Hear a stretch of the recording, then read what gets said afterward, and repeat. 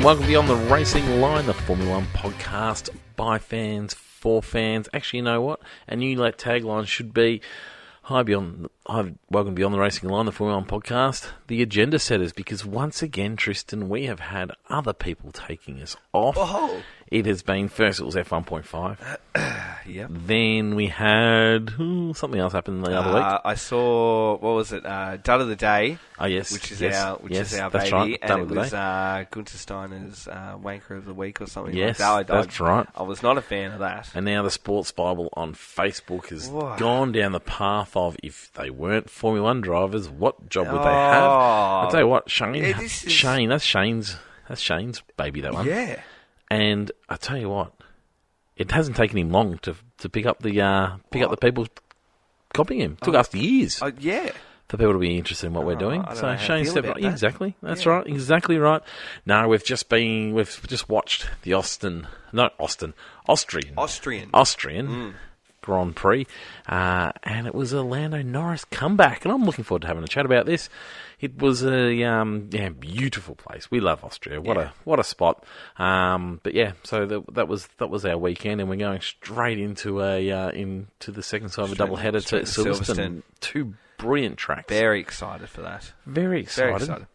So we're going to get into all those things, plus F1.5 and fantasy and all those wonderful things. But it is just the two of us. You might notice there's no other voices in here. No, it's peaceful. Yes. It's relaxing. Oh, you're feeling relaxed, are you? Well, there you go. Relaxed. We both are a bit croaky. I was going to say, excuse my croaky voice, because it is the middle of winter here, down under. Now, the drink of the round. Yeah. This is very popular. Lots of people are involved in this. They love it. And I'm getting suggestions and things like that. Now, Austria, they drink a lot of things. Do they? Yeah, they're into their schnapps. Yep. You might have liked schnapps, actually. Sounds... It's fun to say. Doesn't sound awful. It's very sweet liqueur. This is a whole event going on here. Well, I haven't got there yet. And nice. They drink schnapps. They drink plenty of beer. Yep. They drink plenty of wine. I was hunting some wine because, I've had some Austrian wine that I quite enjoyed when I was over there many moons ago. Mm-hmm. But I knew you wouldn't like the wine. Well, I wasn't a huge fan. I gave up on the look. I gave up on looking for the wine when I knew it was just going to be the two of us. I thought I'd be kind to you. But the Austrians, while they drink plenty, they don't actually create plenty. Oh, right. Yeah, so they have a bit of mulled wine, which I actually thought was English, but I'm not sure whether it's... They seem to borrow a lot. All their beers, generally German beer. There is a couple of really nice Austrian beers, but I couldn't get my hands on it in Bendigo.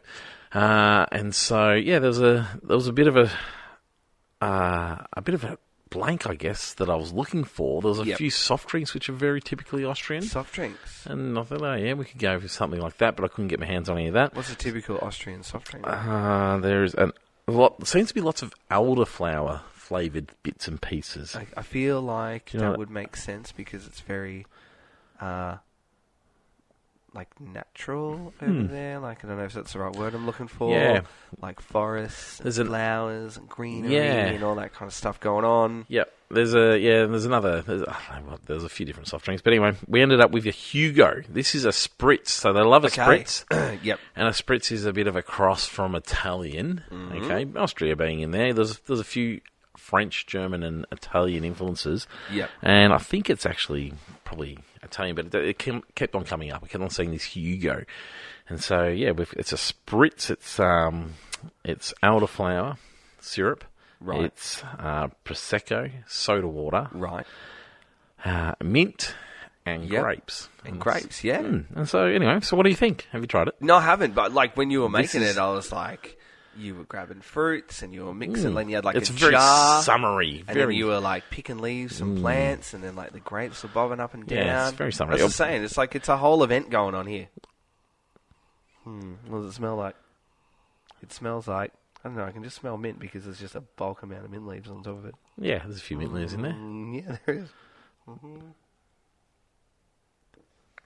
Yeah, that's all right. Yeah, I thought you'd like it. That's quite good. Yeah, I sweetened it up with some syrup. syrup. Good on you. Yeah, Yeah, it's that not is good. all the wine. There you No. go. Look how happy you are. That is good. Isn't that nice? That is good. And then do I get to eat the grapes at the end? Like, I'm planning to. Okay. Yeah. Yep. So anyway, that's where we went. That's good. I like this. This is nice. This is nice. Yeah. I like this. Well, I thought we could go down the beer route. Shane and I talk about it quite often at work. And we do try and think of something other than beer that you will like, and then we usually end up with beer. No, just with the beer anyway. Let's just get on. I'm so excited for next week's round, because next week's round's the British too. Grand Prix. A little bit of me is preparing for... I think I need to get my head in the British space, because I know that I am going to be bombarded with bias. Left, right, and centre. Like we've got Behrman, we've got Norris, we've got... I forget Behrman's I know, British. yeah. Like we've got George and we've got Lewis. And it's just going to be just hammered down our throat. But I think that I feel like I'm a little bit more prepared for that this year. I was more talking about the drink. Oh, the drink. I was talking about the race. When we go to England. So Right. there's been a lot of people that, and I feel like I might be betraying Scotland a little bit if I bring Scotch into the room. Isn't it just hot beer? Isn't that what you have in, Well, like the UK? We definitely could. Could just have a hot beer. We definitely could go some British ales. I love British ales, as you can tell. Yeah, you know I do. I know. But Scotch whiskey. I mean, if it's the continent, then we could bring in Scotch whiskey. I don't think you'd like that. No, it's But I don't know the Scots would like that either, because they really don't like being called... What is it, the English Grand Prix? The British Grand Prix? British, so... Okay, I guess if you... Yep, so... you're so it playing by your rules there. fits in there. Yep. Anyway, so we'll wait and see. The other one is cider. Cider is a very British drink. That's okay. But if I'm getting your cider, I'm going to end up getting a scrumpy or something really vicious cider. No, that's like, I'm all for it. Like, yeah, I can handle a vicious cider. Let's get a race ranking. Let's talk about Formula 1 for a minute. I really want to say, and I feel like some people will be like, nah, surely not. But I kind of want to go a 9. Whoa, surely not. No, well, I feel like there'll be some people listening going, yes, you're on it there. And there'll be the other half going, nah, it wasn't. But that's what my gut tells me. They're like 9. Like, that's I huge. Loved everything about it. Like, everything about it. I thoroughly enjoyed the race. I thought it was a wonderful race. And I think, you get those starts of Grand Prix where you get the action in the first 5 laps, and then you settle into the stint, and you settle into the strategy, and you just take a bit of a breath, right? We didn't get to do that this week.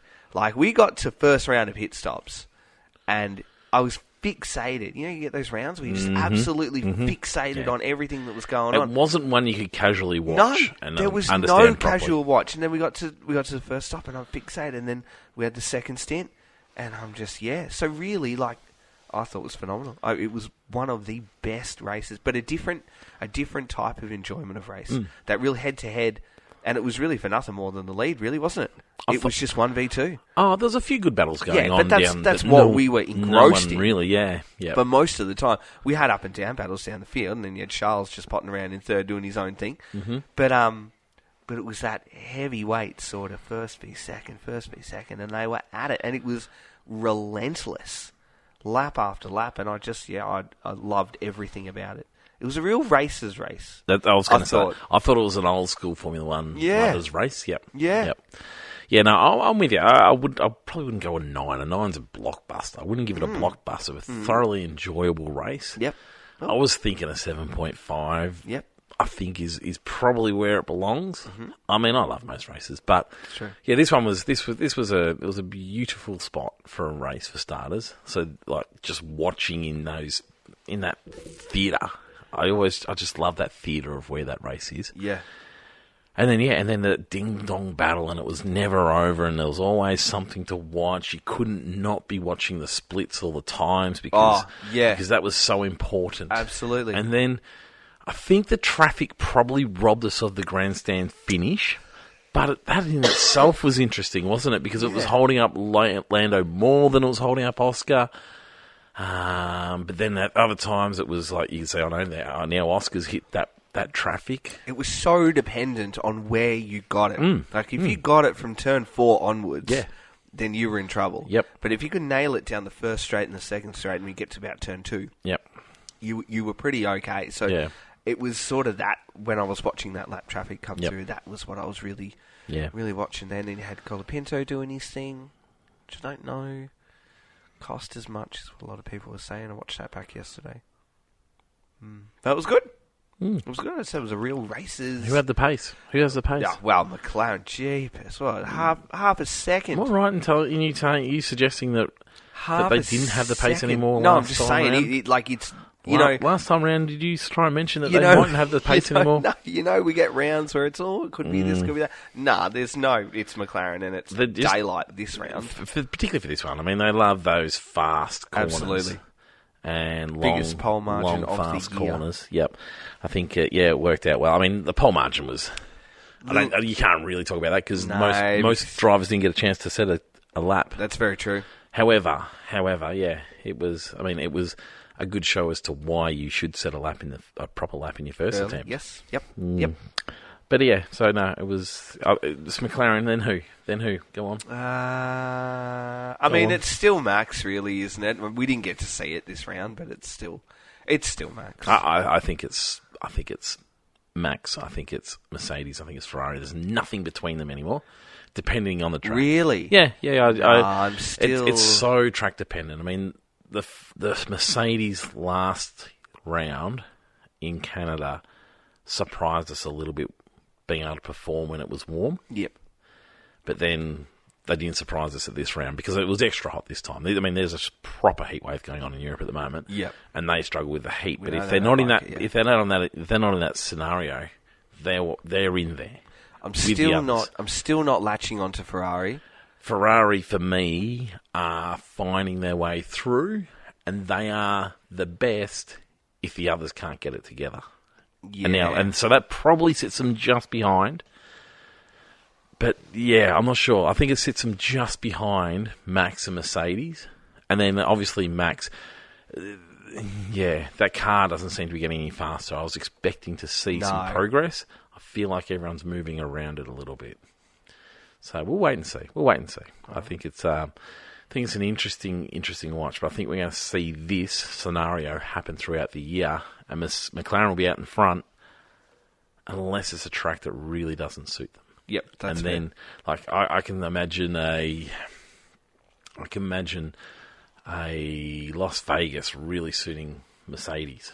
Yeah, and them being the clear front runners for that race, but I don't think that's going to be a common trend across the way. I agree with you there. So anyway, it'll be, I think it is an interesting season, but it's certainly a ding-dong battle with the top two. And I'm enjoying that. I'm really enjoying that ding-dong battle. And the other thing, I mean, we might be getting too far into the episode at the moment, but the other thing I'm enjoying is the way that McLaren are going about their racing. Yep. I thought they handled the racing situation perfectly. Yeah. Across that whole race on the weekend. Yep. Which is very refreshing and unusual. How much do you reckon last week played into that? A little bit. Yep. A little bit. I'm probably more talking about strategy. I like the communication we got around how they strategise with Oscar. I loved hearing that conversation. These are your options. You could be 1.5 seconds down after this slot of pit stops. Yeah. Or you could have a delta of tyres and be 4 seconds down. Now end up being 5.5 seconds down. But I loved hearing that conversation. He's chosen that path. Yeah. Probably the wrong path in hindsight, but it was wonderful to hear that scenario being played out and how fair it was. The way they were talking to Lando. If you get overtaken before your pit stop, this is what we're going to do. Yeah.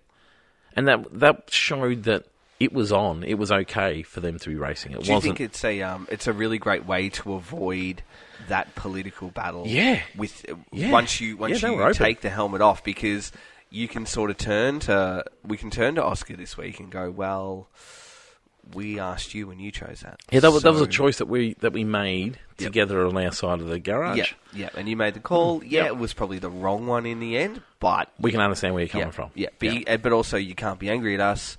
Media can't brew up a storm. Neither can fans, and that's exactly what I'm getting at. Call. They just handled the situation, I thought, really, really well. That's a little bit different to what Lewis is sort of going through at Ferrari at the moment, isn't it? Because they're sort of, this is what you're doing, and then, no. I've got a little bit of a different feel for the car. I've got a different feel for the tyres, and it's a bit along the lines of, thanks so much.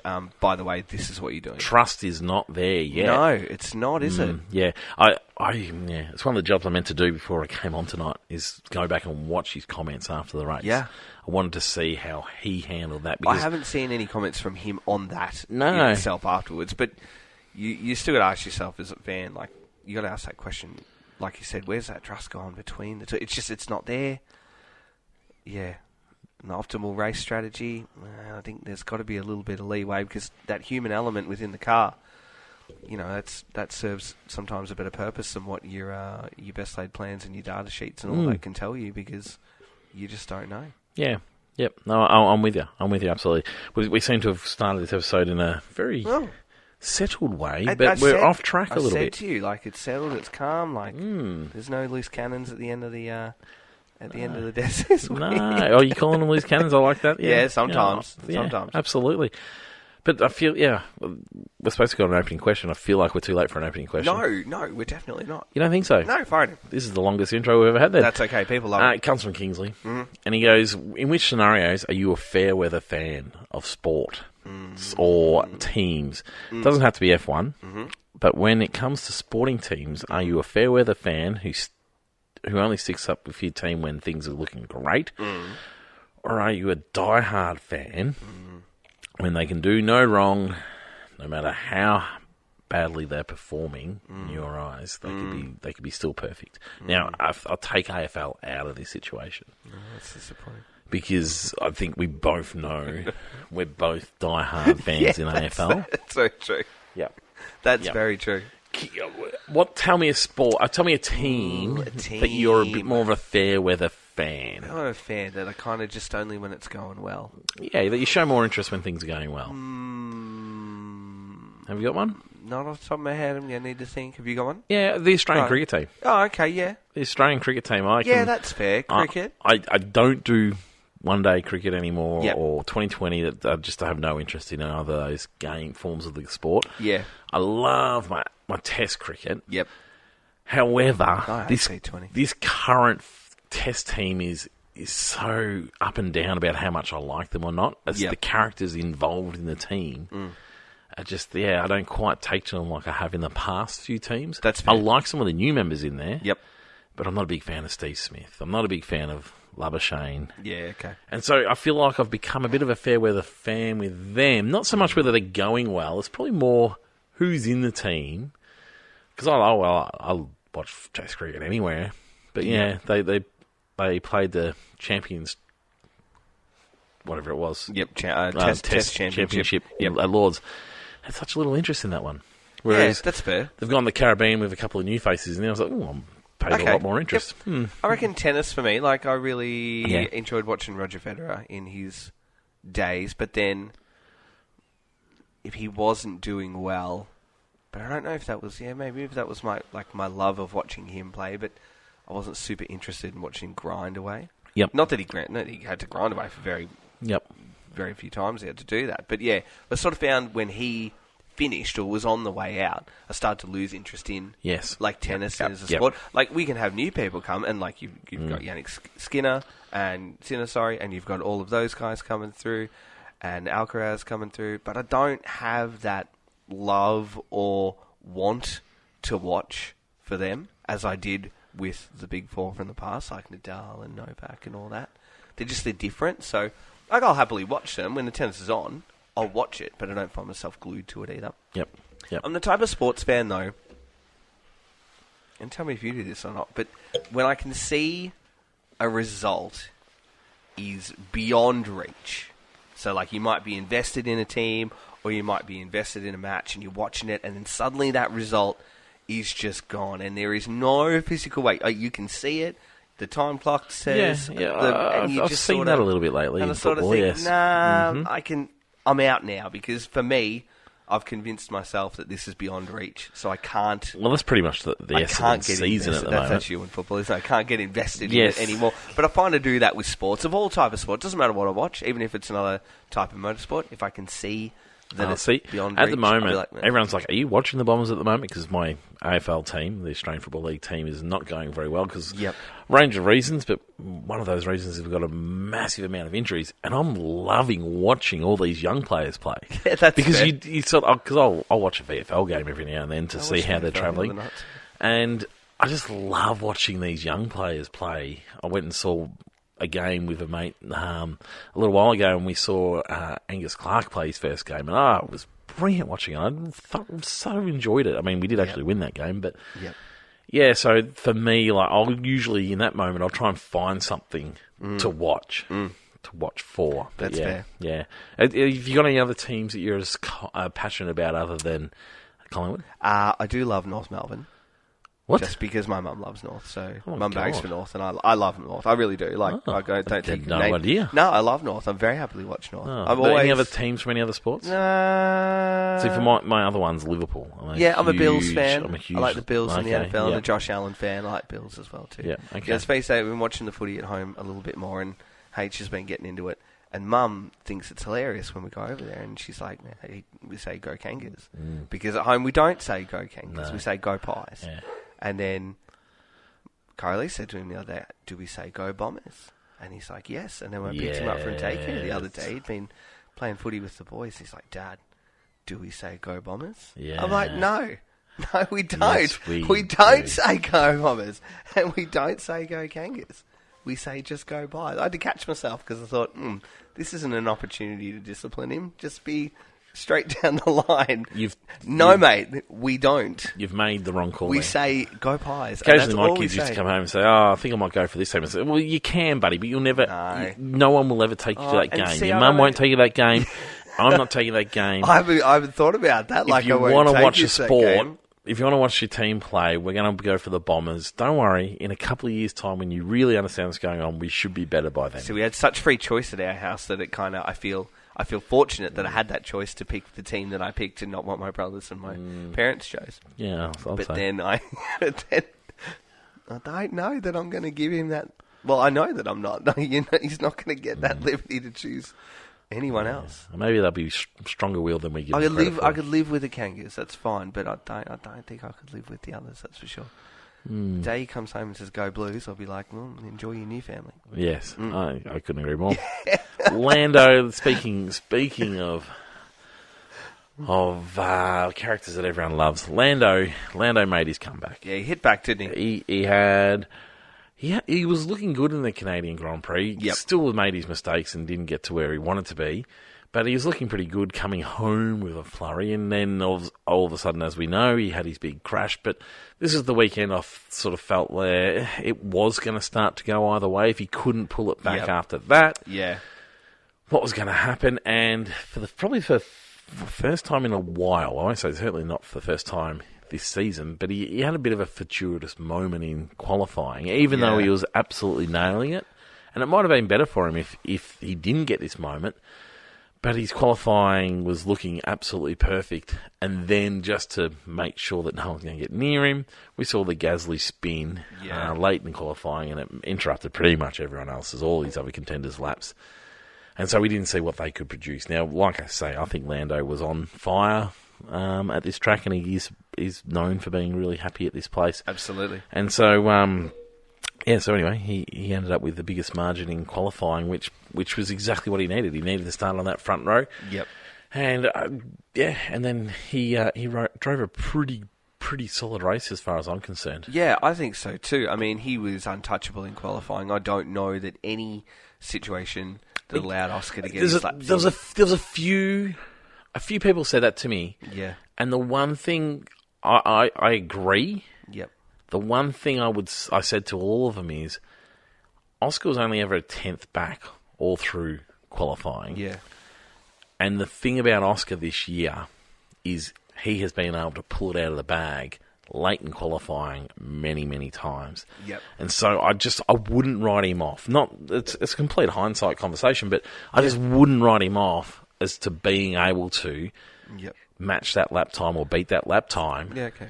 Just because of what he's been able to achieve this year, and we Yep. just never saw it. He was quite confident after qualifying that he could have achieved a better lap. Well, he looked race pace wise. He looked like a he little had faster. so much more speed Yep. me, like a lot more. Yep. And so, for me, I just felt like he didn't quite nail it where he wanted to, but he was confident he was going to get there. Yeah. And so, I thought Lando had done beautifully, but the way Oscar's been going this year, you couldn't quite write it off. And it fired him up, I feel, too, for the race wise. Yeah, as well, I agree. I liked hearing his comment. I did too. It was a different side of him. It was that I don't plan on finishing third. Yeah, it was that real aggro that we've sort of talked about all year. That's there, but we've never seen. Yep. But I liked it. It was good. No, it was good.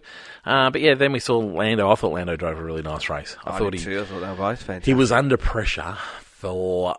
How many laps was the race?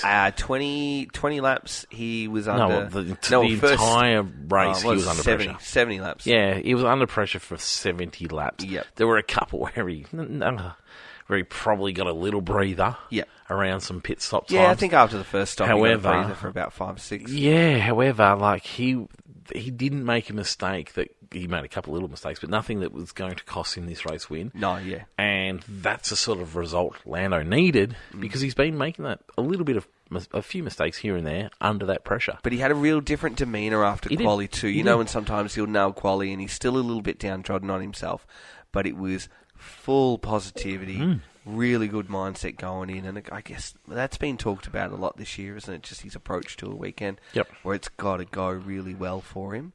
Otherwise, he will struggle a little bit to come to terms with that. Yep. So, no, it was full marks to him. I like the way that Oscar approached the race. Like I said, at the top of the episode, I just love the way McLaren dealt with that whole situation. I thought they nailed it.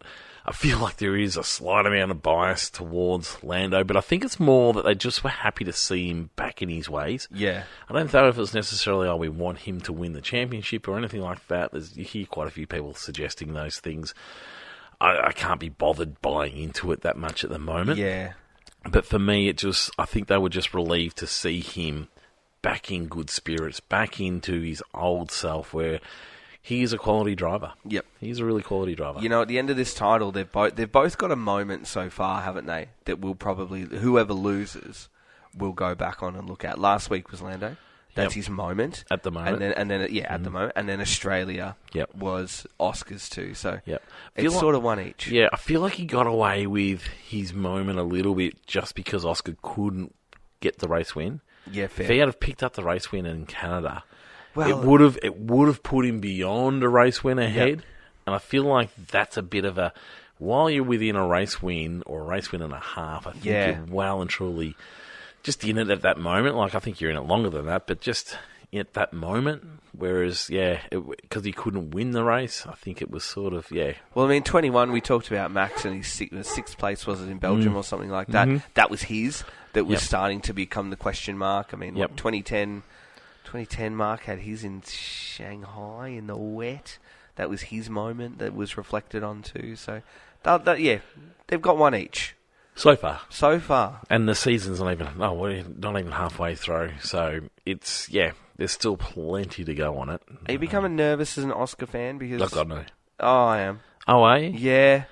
I think that's through lack of experience of seeing him continually show that success. It looked, a month ago, we talked about this, it looked real, like when we used to watch Mark, and you were like, oh, what's going on here? I don't know, are we going to hang on? Are we going to get this or not? A month ago, no worries.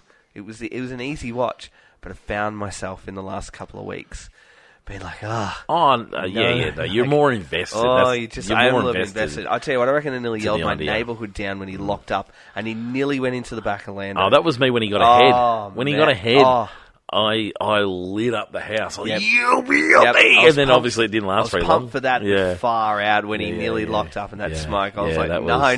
That was nearly his moment too. It was. I was like, don't you clip that car. Yeah. So no, it was fun. It was a good battle. It was great. And I thought it all worked out really nicely. Moving down the grid, we saw the Ferrari resurgence continue. You said you're not sold on them just yet. And I understand that 100%. Fair. But I feel like the team as a total has made some steps forward. Are they the next best? Like I said, I think that's very depending on where they are and where everyone else is and how everyone else is. I think it's really close. But we saw Charles end up 20 seconds behind the boys, and it was actually, that's the other thing about this race. It was a fast race. Oh, they were on it across the board. I know. So to be 20 seconds down, I actually thought, that's pretty decent from Ferrari. McLarens are pushing it. Yep. 20 seconds down. I think that was a step forward. I thought Charles hung on in that first stint really well too, because when you're watching the race unfold, it looked like McLaren were just skipping off down the road, and you'd take a glance at the sector splits, and what felt like was going to be a 15 and an 18 and a 20-second split when you looked at a glance really stayed at 4 and 5. Yep. And I was like, it looks like they're making their way down the road a little bit more, but they're not. Yeah. Yeah, but no, I thought that was a pretty decent effort. I think Lewis Hamilton had a couple of decent weekends. Yeah. He's not at Charles level just yet. It was interesting. I heard Otmar Sattler. He's on a podcast with the Autosport boys. Yep. And it is a fascinating look in terms of lots of back end stuff. And his comment with Lewis is he expects Lewis will be up there with Charles by the end of the season from what he's seeing. Okay. And I was like, I don't know that he has any extra information, but I sort of feel the same way that he's going to get it together. I did have my doubts there for a little while. I was wondering if it was becoming a Dan Ricciardo situation. Yeah, okay. But no, I feel like he might. Sort of come in. There's evidence that there's a bit of a better understanding of the car. At the moment, and they bring lots of upgrades, and they seem to have worked this time. So it's just that teamwork stuff, isn't it? It's just that, like we talked about. Like could be a little bit of that. But I think the upgrades have helped that car this weekend too. You reckon? Yeah, they seemed a lot happier with things. Okay. Whereas they brought some upgrades not long ago, and then I think they chucked them all out. So George Russell was the next best, but he was a long way away. He was the next best. But not really. Well, it was hot, and we talk about the murk and the heat. Say. Yep. It was a long way off. I still think they're ahead of Ferrari.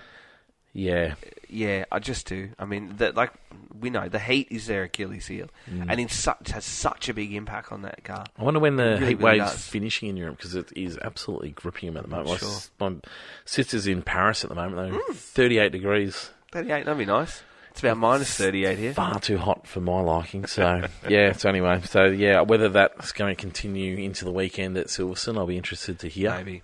So that could be a big factor there. But they typically go okay at Silverstone, that car. So yes, they do. Antonelli he was a rookie on the weekend, wasn't he? It was Valtteri Bowling 2.0, wasn't it? Yeah, it was actually. It was just straight through. It was a rookie Antonelli on the weekend. He made out massively, was he? Yeah, and it'll be what it'll be. He's had some great moments this season. Yep. It was very ordinary on his behalf, but you sort of got to expect that. Yep. 3-place grid penalty for Silverstone for him. Deserved as well. Yes. Yep. If that's in the rules, then that's what we're. Yeah, I don't have a problem with it. I don't have a problem with it. Took out another car by going too fast and locking up and getting caught out. So I'm okay with that too. That's about right. Then, lo and behold, Lawson is our next one. Sixth. Coming home in sixth position. Yikes. Yeah. Yeah. Turn for the... I was thrilled for him. It was one of those races, wasn't it, where the misfortune of others, and when the top runners didn't fire, then it was those around that were collecting up the scraps that were left over. So, sixth was good. So, credit where credit's due there for sixth. Yeah, I quite enjoyed it. He seems to be a little bit on top of Hadjar at the moment, I've noticed, in the last 2 rounds, where Isaac's had a couple of poor rounds, Liam's had a couple of better rounds. I'll be interested to see how we go this weekend at Silverstone, if that trend is going to continue. But, it's good. It was clean.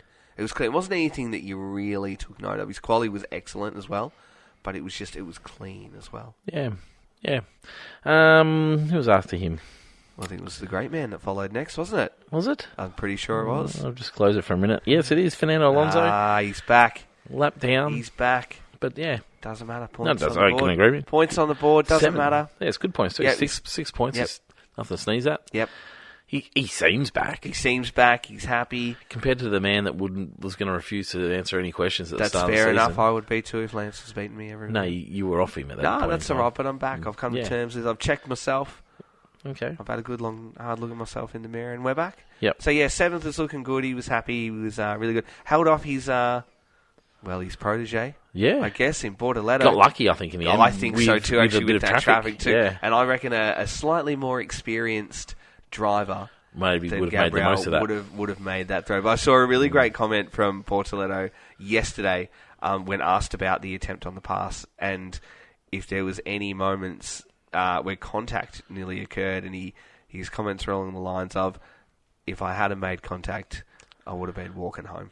So I thought, I don't mind that. That's good. That's good. Yep. But yeah, and then Bortoletto's race. Wow, goodness me. How Stellar, good. wasn't it? Across the weekend. We need to start talking a little bit more Sauber at the moment because they hit our radars last week. They're back this week. The upgrade, whatever it is that they have on that chassis, is working. Hulk was flying. Bortoletto was just, yeah. I'm telling you, the team principle is so key. Jonathan Wheatley and his knowledge, yep. Is so key to a team getting it together. Yep. I don't know that there's enough credit given to the right personnel running a team. Yep. We saw Ferrari, I mean, they've gone back off the boil a little bit. We saw a real turn in their fortunes when Fred came in and just took control. Yep. And, yeah, we saw, we've seen some really good stuff from McLaren once Andrea Stella came in. Yep.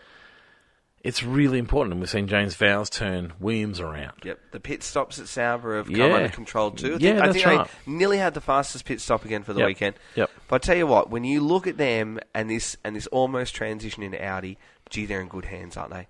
Yeah. You can comfortably sit back and go, yeah, we've got Mattia Binotto, we've got Jonathan Wheatley, we've got Hulk with all his experience in the world, and Bortoletto is now... Well, I was thinking they're going to need to employ some new drivers. Well, it looks like that he's... Yeah, but very... he's probably been my shock of the season, I reckon. I don't reckon shock for me. Like, I think... He was unknown. He came into the sport unknown. He wasn't like he was... You know, we talk about the Schwartzmans of the world and we talk about the Dragoviches all forever and a day. Bortoletto came in from the clouds. It wasn't like people were talking about him before he came in. Well, he won the F2 championship in 24. But it wasn't like people were talking about him being the man to get into Formula One at that point in time. No, that's fair. And, yeah, I think he's been a real find, and people were writing him off because the suggestion was that he won that championship because of the car that he was in. And others didn't make the most of situations. Well, yeah, he's certainly shown them a thing or two. So, yeah, it was a great race for him across the weekend. And Hülkenberg followed suit through the race. He didn't qualify quite the same, but followed suit through the race. And, yeah, wonderful. I want to see him hold this now. I don't want to see a drop off. I don't want this to be a flash in the pan. I really hope it's not. I hope we go to Silverstone again and we're back in Q3. I think we're going to see that midfield battle bounce around still. I think we're going to see it's similar to the best of the rest. Yep. Sorry, from Ferrari, Red Bull, and Mercedes. I think we will see it bounce around a little bit. Well, they're up into 9th at the moment. They're 26 points. They're 2 points off Aston, which is a shock, to be quite honest, when you read numbers based like that. Yeah, they're 3 points off Haas, which kind of makes a little bit more sense because we've said Haas has just disappeared off the radar. RB's got 36 and Williams have got 55. I mean, to be ahead of Alpine is quite impressive too, isn't it? Well, yeah. That's more of an Alpine That thing. is more of an Alpine problem than it is a Sauber. So, I mean, you never say never. No. Like, what if we get to the end of the season and they're 5th? Being successful is a habit. Yep. And I like them starting and this they've habit. got people who have had success. And in the looks of Hulk, in the looks of Wheatley, and then also of Binotto too, like you've got that, like you said, that winning culture and those successful habits that have come into the team. Like, we could get end of season, they could be 5th. Yeah. If they finish 5th, they would be the team of the year for me. Like, they really would be. Yep. I would even go far as say 6th. If they can clinch 6th at worst by season's end, I've got some bad news for you. They're not doing that. No, but I'm just saying they could. Well, they're 10 points. They're 10 points off sixth. We could have that by Saturday. We could have that by Sunday. We really could. We could. We really could. We could. I'll be surprised if they're there. But I tell you what, if they're sixth, that'd be team of the year for me. Yeah, okay. All right, I like it. What are you doing on your whiteboard? You got a whiteboard this week? I do. Yeah. It's coming. After that, we got Ocon and Behrman. Yep. 10th and 11th behind the Hulk. It was just a nothing weekend. They're just benefited from probably a Williams double DNF, and so that sort of shot them up a little bit. Alpine can't seem to get it together, and so But there was an excessive amount of cooling on the Alpine, if you saw on the grid too. Excessive amount. Well, Williams maybe could have learnt a little bit about that. Well, Williams looked like they sealed their car up, to be quite honest. They could have done with any sort of cooling features around that. Don't know. They're a bit of an anomaly for me because you get a moment that looks like they might be there. They might be there, but then you get a poor qualifying, and then you get no movement in a race, and then you might get one moving through, and you might get one going backwards. So I think they probably, we don't really know where they are. I'm not sure they know where they are at the moment, but they'll probably have to start making a call now, sooner, I think, of that midfield as to what they're doing with this year. Well, it's been announced. I don't think anyone's producing anything now. Yeah, I think every team's now got it in the works, but I don't think anyone's producing anything new. So, but you can see Sauber wanting more. You can see Aston wanting more. Yeah, the other thing that Otmar had said is that he's seen greater improvements through seasons sometimes when teams don't bring upgrades and focus on improving the car they've got. Yeah, because when you bring an upgrade, it changes so much to the car. And so he said, while teams aren't going to be bringing new bits to these cars from now on, we can still expect to see improvements. And sometimes we can see bigger improvements with just understanding and working with what you've got. If you've got a good base to make the improvements there. And so, I think there'll still be that element of it. So that'll be the watch throughout the season. The last one I want to mention is the Red Bulls. Obviously, Max didn't get much out of this weekend. Still very fiery in press conferences at the moment. Holy moly. Fair enough. But Yuki Tsunoda. This is where the board's coming. Okay, so I've had a board. Last week I was very close to putting my drivers in an order, and I was going to get you guys to argue while I was in the wrong spot. All right, yep. However, I've decided that we're going to the whiteboard, and the whiteboard's going to be my A graders or top shelf. Okay. So top shelf. So you got top shelf. Currently, I've got top shelf. I've got pretenders. Yep. And I've got bottom of the barrel. I like Forget about them. I like that. Now, we'll probably find another category in the middle there somewhere. Mm-hmm. Maybe like a watch, an act, or a wannabes. Oh, yeah, or soon-to-bes, maybe. Soon-to-bes, okay. Yep. Yeah. Okay. But anyway, so currently, tell me if I've got any of these wrong. Okay. And I'm not sure where I'm at with a couple. Okay. Top shelf. Max is squarely in there.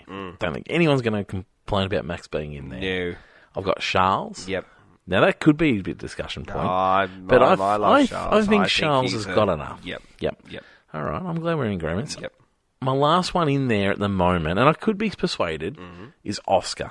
Now, I'm not sure that Oscar's got the runs on the board for me to have him top shelf, but this season is hard to argue with so far. Well, and from how early he's managed to get there, I'm putting him on the top shelf. Very difficult to convince someone that the World Championship leader is not top shelf. Well, yeah, to a point. I want to see it across a long period of time, but the thing that Oscar's getting in on is how young and new he is to the sport and how far he's come already. He's a championship winner in every rookie year except Formula One. I'm putting him top shelf. All right, I like that.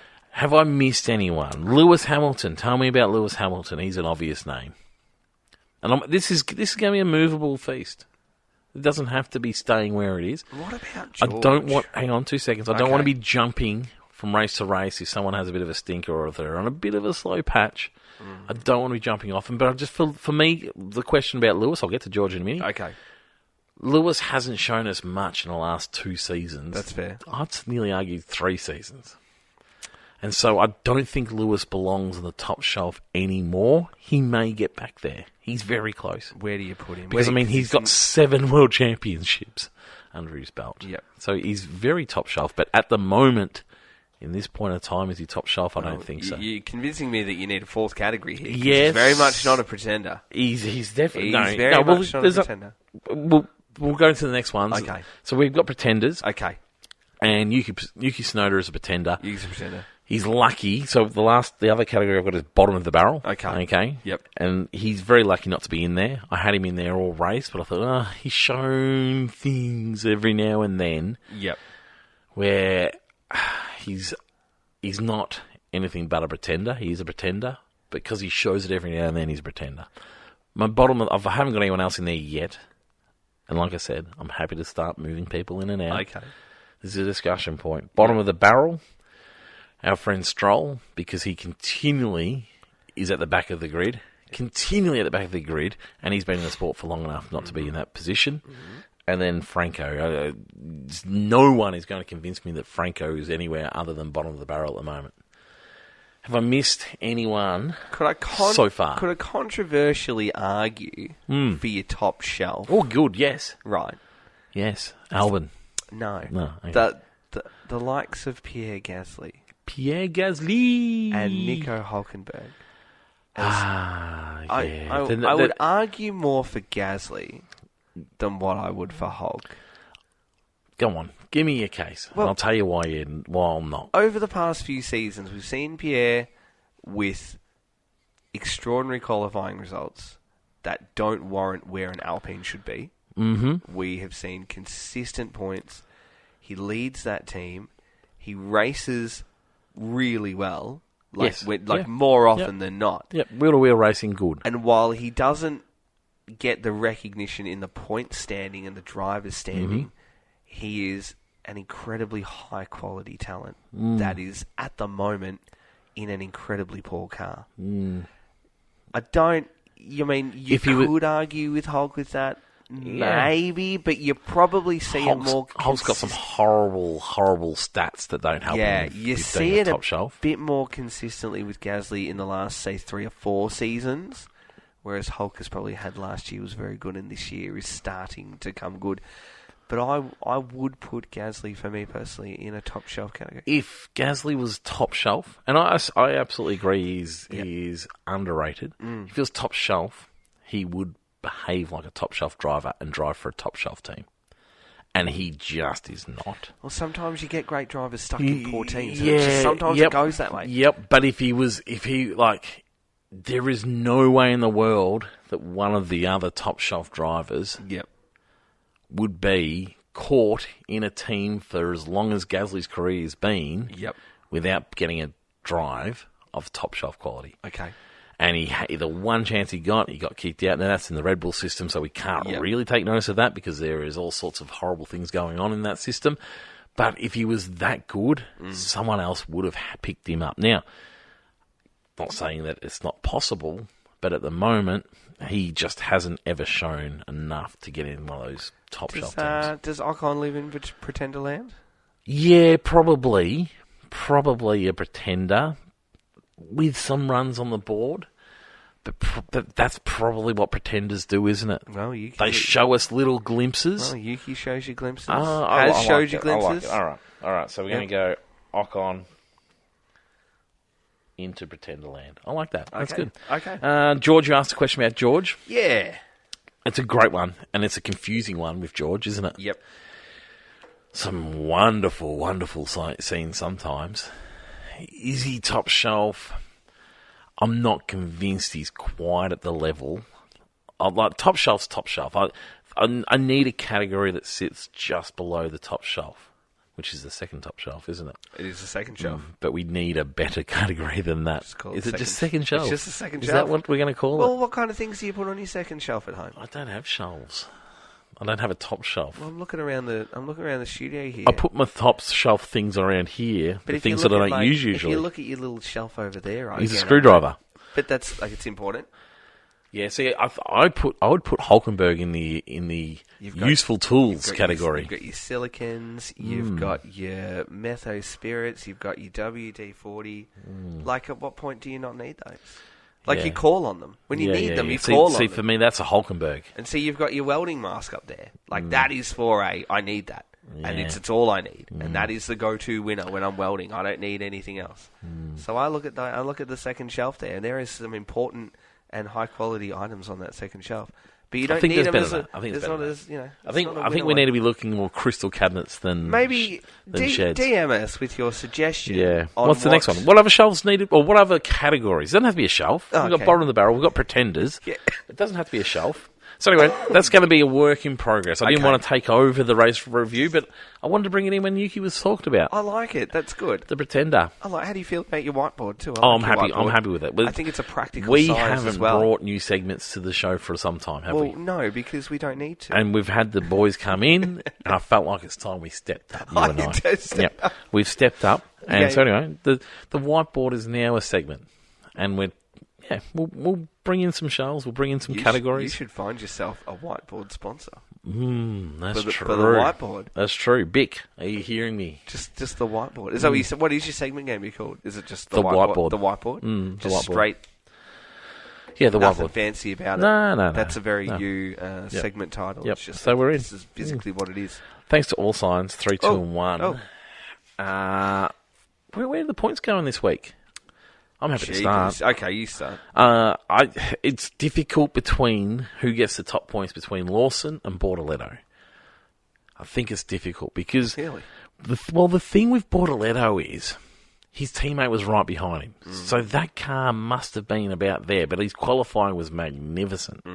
With Lawson, Hadjar, who has been going well, finished down in 12th. So that gives me a bit of a discrepancy between teams. And so I was like, Lawson's race being better than Bortoletto's. But I'm going to give it to Bortoletto because he is in a Sauber and he did qualify so beautifully and finished the race really nicely. First points, so 3 points going to Bortoletto. Sam, I hope you're recording these. I'll give you some time to write that one down. And then obviously 2 points to Lawson. And I can't ignore Norris for 1 point. And unlucky. He probably deserves more than 1 point, but it was a stellar drive. So over to you. I'm going to give 3 to Lando this week because the bounce back was huge and it was faultless in qualifying.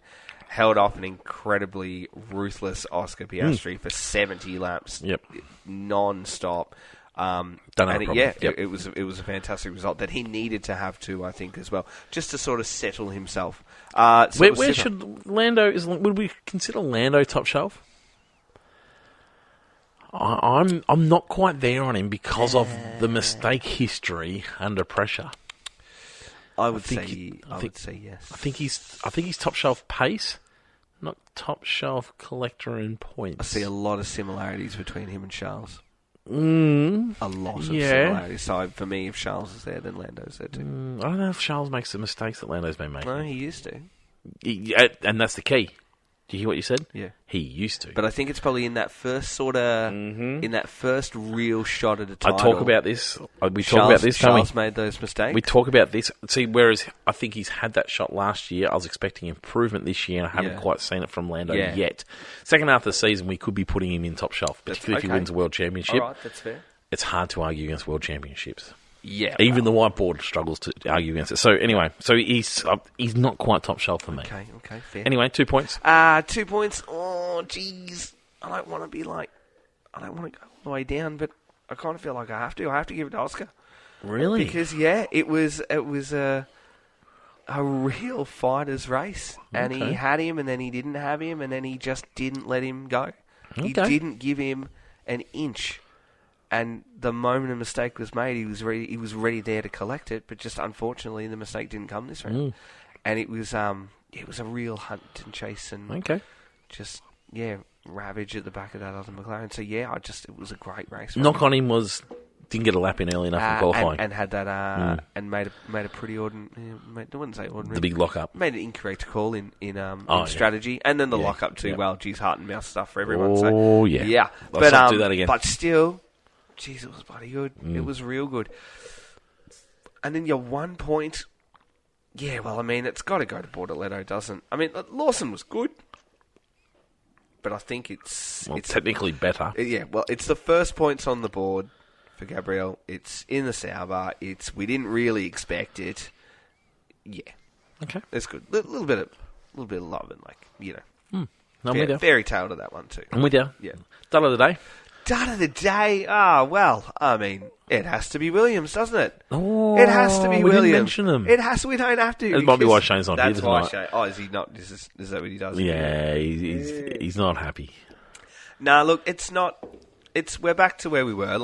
We are not. Nah, we are. We're back. We're back to where we were. And I'll tell you what. Hang on. Back to where we were. We're back to where we were. Languishing at the back. There, we got 2 DNFs. We have scored minimal to no points in the last 2 rounds. We've got brakes on fire. We've got the quality is just not happening for Sainz at the moment. You can't argue that his qualifying's going well. I was expecting him by now. It's not going well. He's needing more time.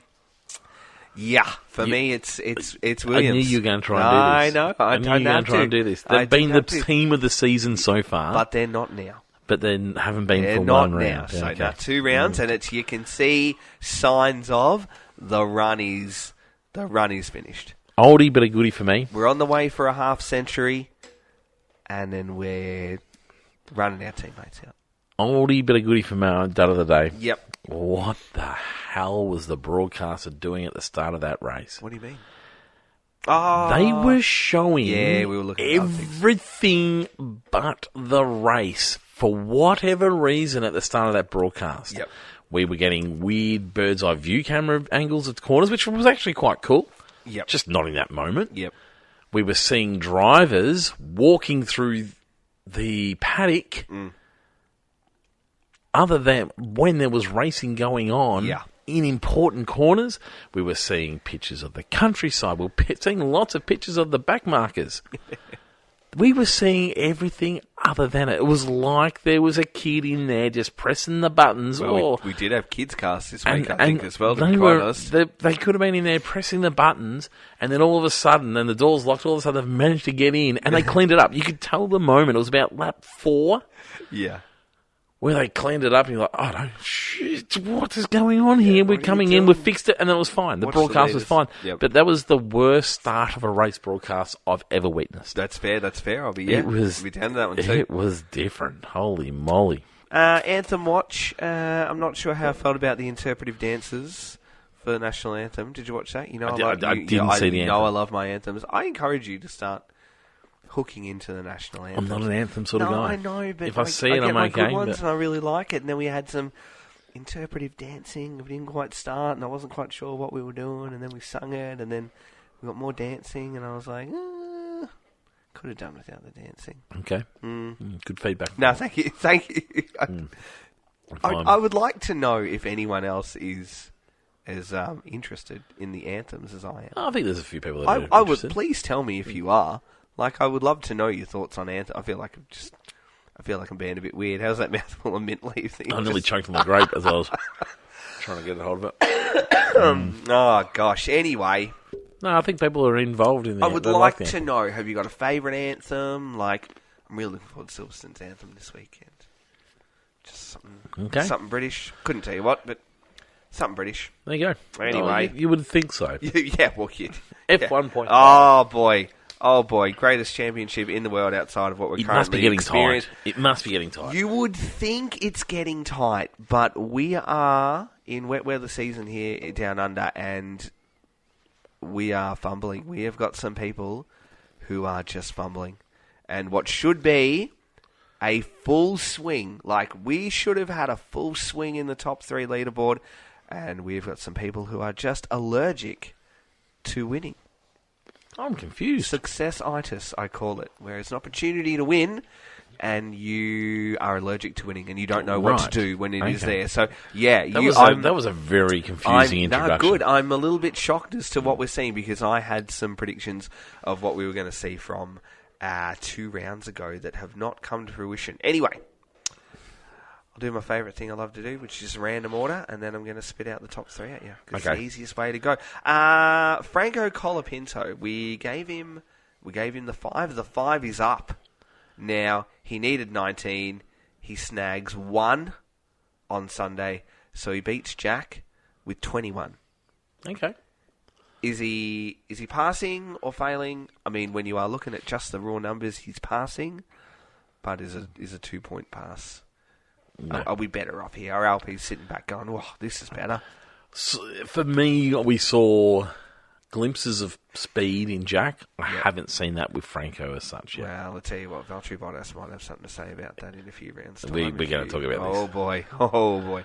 21 for Colapinto. It's Liam Lawson who takes his first win of the round. Huge. And he's now into 92 points. So that is almost saving him from what was starting to become the depths of relegation.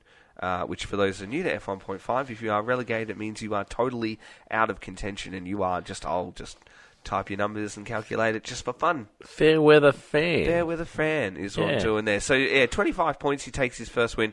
He's into 92. Bortoletto snags a chunk of points as well, still sitting around. And this is 15 points for him.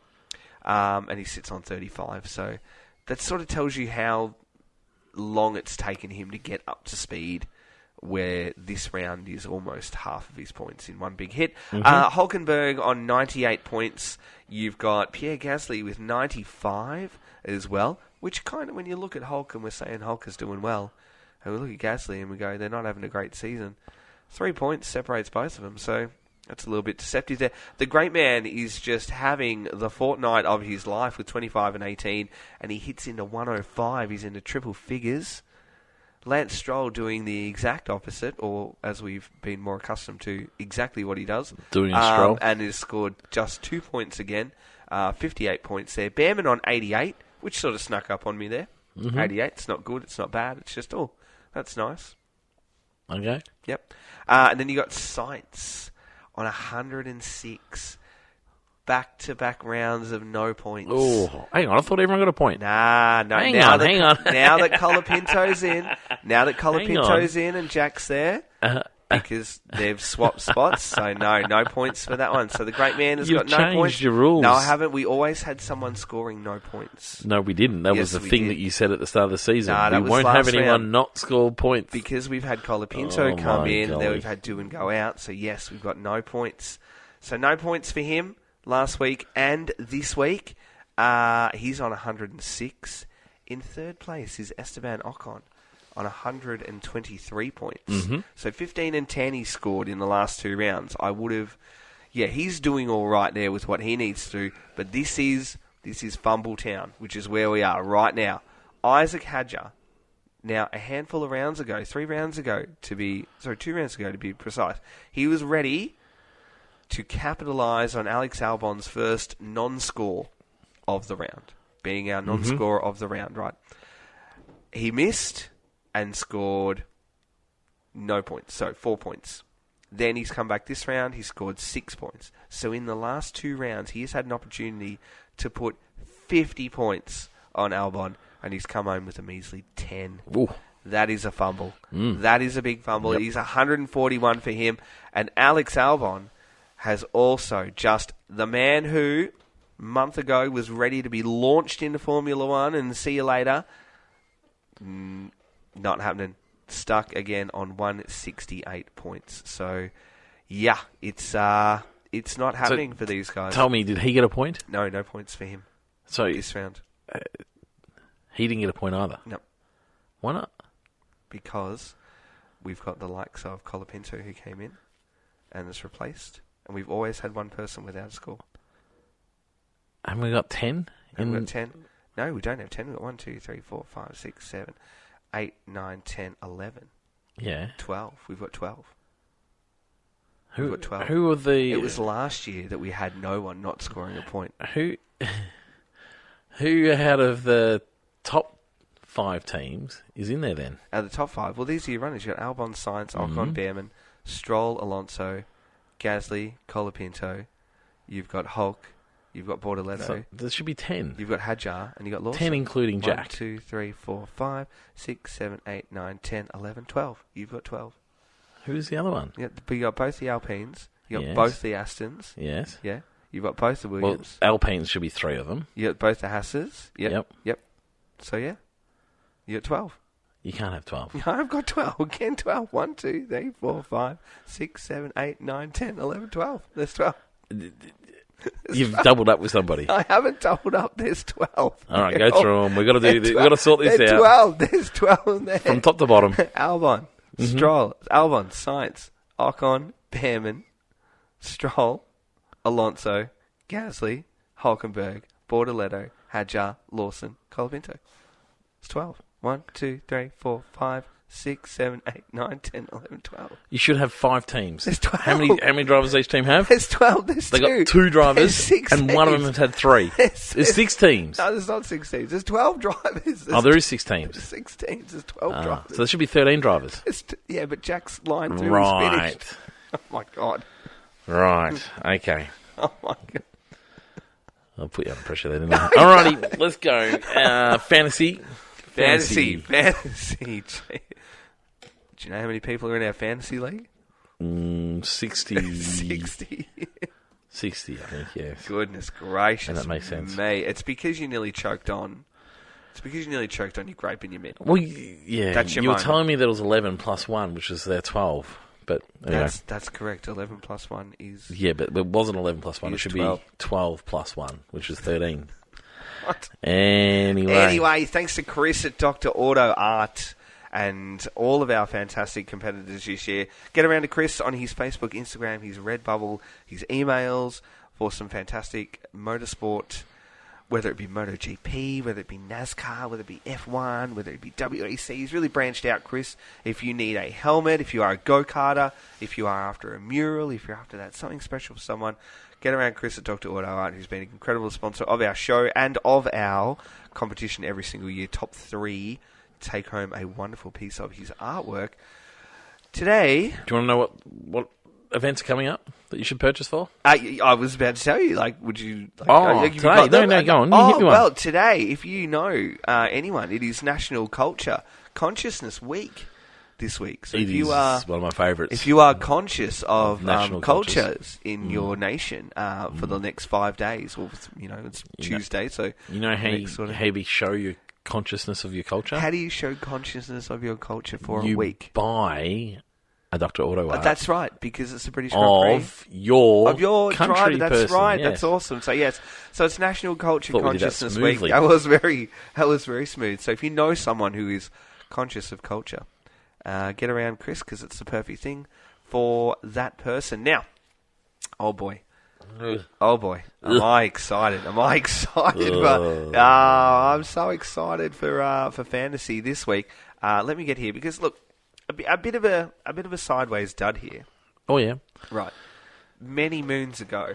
Let me just get myself sorted here. Okay, I hope you choke on something here. Feels like this is going to be a hit. Many moons ago, Jay was a massive advocate of hate towards the app and the yes. way that it operates. Oh, yes. And I was like, please stop. Yeah. Like, stop. Don't hate the app. Well, I have an issue with the app at the moment. The app not is so much shocking. the app. I've got an issue with the dashboard on my laptop. Oh. Because as you can see here, right, for some reason, when I go to the league, I get a little bit of 2 centimetres of extra space. Oh. Only when I'm checking scores. Any other time, And yep. any other time, it's like, yep, we'll just go back to normal. And then when I go to my team and I want to check my league, it's like, have 2 centimetres of unnecessary screen. Well, I tried to activate the live timing on the app Did you? this week. Could not find it. Right. And I'm paying Anyway. for that, so I'm interested Well, in Formula One. that is sneaky dud territory. So yes, so I'm sort of coming around to understanding Jay's sort of mindset and the way he feels there with that. About because 10 years later. Just about 10 years later. So if you listen to our show and you work on the F1 fantasy dashboard or page or whatever, can you fix that 2 centimetres, because he's annoying the hell out of me And the live stream, please. every single week. All right, Austria for this round. Top place getters look a little bit like this. It is Brian Adams in first place on 313 points. Chloe Anderson in second on 308. Dean Holt, 294, and David Rojas on 285. Sharing places there with Zanetta on 285 as well. Then we go down to Simon Lang, Dino Bandini on 276 apiece, AJ Ferguson 273, Taylor Keith 269, and Mark Lynch on 266 points, which rounds out the top 10.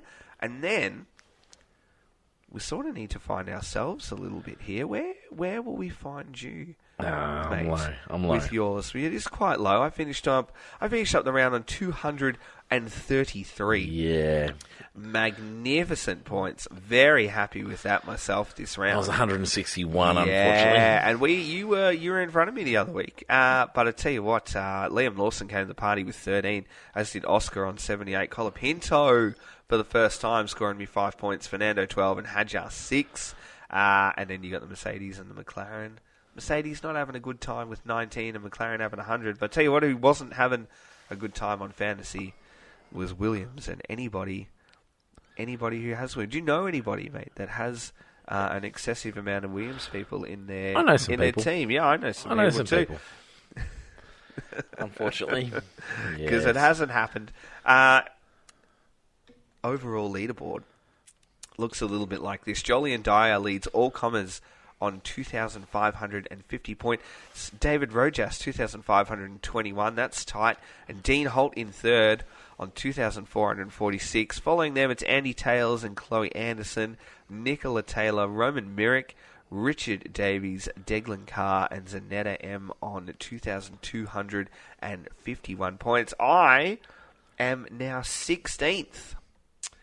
I thought you were 17th. Nah, I'm 16th, and I tell you what, I'm feeling a little bit good about that because I've still got a little bit good. I've still got my limitless, and I've still got my triple points. I've got all mine too as well. So I'm feeling good. What was looking like a little while ago that I was not going to have a top 10 finish, I feel good about that. This is the kind of team you need, though. You need to find a way to get Ferrari in if you can do that. So Colapinto, Piastri, who's got the lead team here? I'm going to sort of.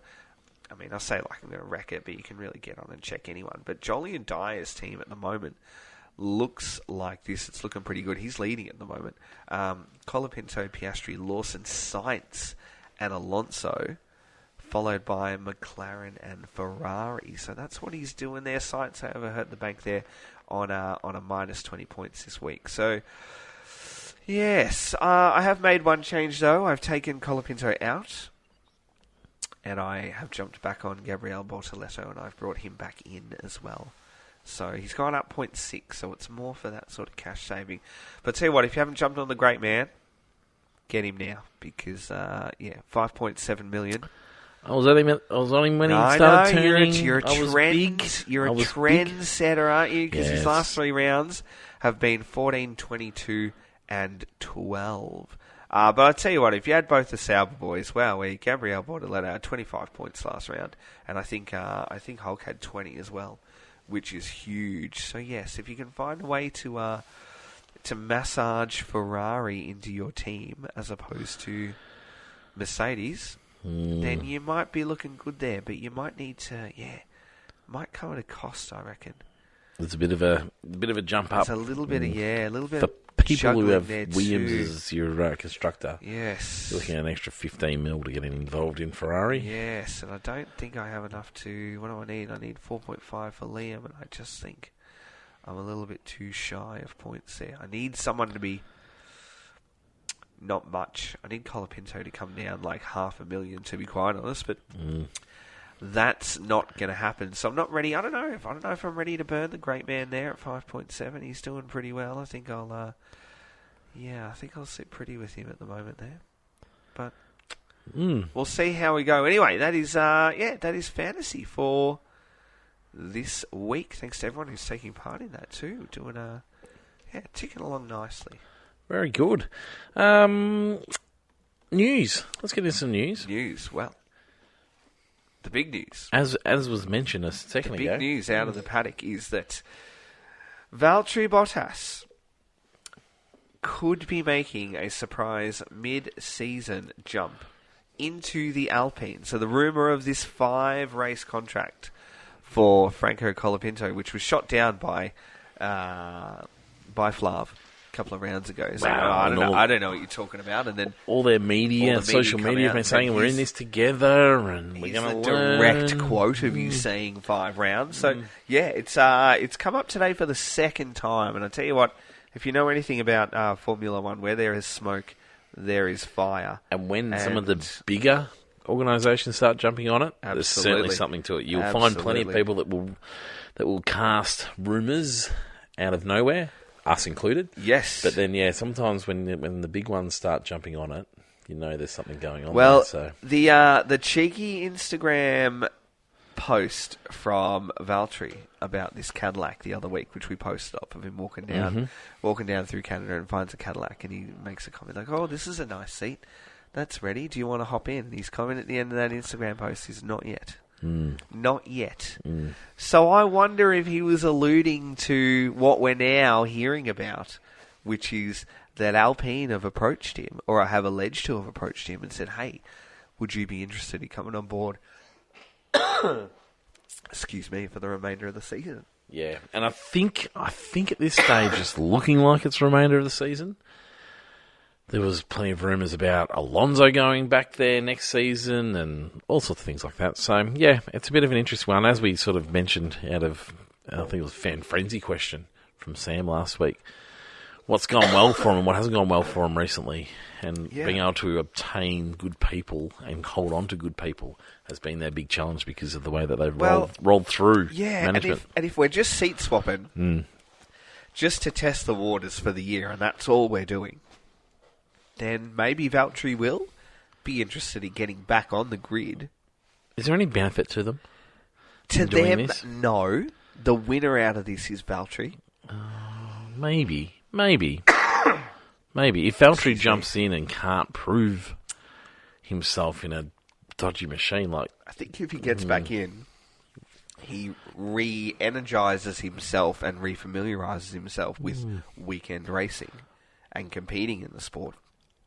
And then it becomes a bit more of an attractive prospect for Cadillac because... Yeah, possibly. Yeah, because, I mean, really...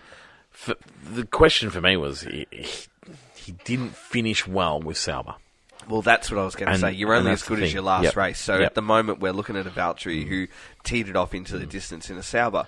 But if you can get back in an Alpine and do all right, that's a better promotion for yourself in terms of looking for a better race seat. So... Interesting. You sound like you're about to die there. Sorry. Yeah, so that'll be a bit of a watch, won't it? Cadillac opened their doors to the media. They got a bit of a their hub is set up at the moment at Silverstone. However, they're building a NASA-based style compound race hub happening out in is it Indianapolis or somewhere like that? Yeah. In America. So they're going to be based out of America, which I think is fantastic. Difficult. Yeah. Becoming less difficult with so many more races going over that side of the world. But yeah, so it can be a bit difficult to run operations from over there. So they will have to have an English base or a European based area. But so no, it's all go ahead. They're keen as mustard. They've seen lots of articles coming out about why they're not going to just dilly-dally around in Formula One. They're going to get straight into it and build up in a big way. So it's going to be an exciting year for Formula One next year with Audi coming in and Cadillac coming in and new regulations. There's going to be so much to watch, isn't there? Will be good. Any other news that tickled your fancy? That's sort of it. That's the big news for me this round. Nothing else outside of that. The Redbull Ring has been extended to 2041. Yeah, it's a bit of a popular number at the moment. Miami, was it Miami? And then now? Miami was 2041 too. I saw a pretty interesting post the other day of like all the things that will have happened by the time that their contracts have expired, and it's something like Fernando will be 60. Kimi will be 30. We'll have had like 17 world titles. Yeah, right. We'll have 8 Olympic Games, if you can believe it or not. Wow. Which is a lot. No. Yeah, it said 8. 8. Well, I guess, I don't think it was 8 summer, but you'd have like summer, winter, summer. Oh, okay. So, yeah, okay. 8 Olympic Games in total. Yeah, so, there'll be a lot going on. So, do you have any issues with Austria? No. Signing on to... No, absolutely not. It's a fantastic track. It's got history. Agreed. It is beautiful. It provides exceptional racing. For me, why sign on so long? Because it's awesome.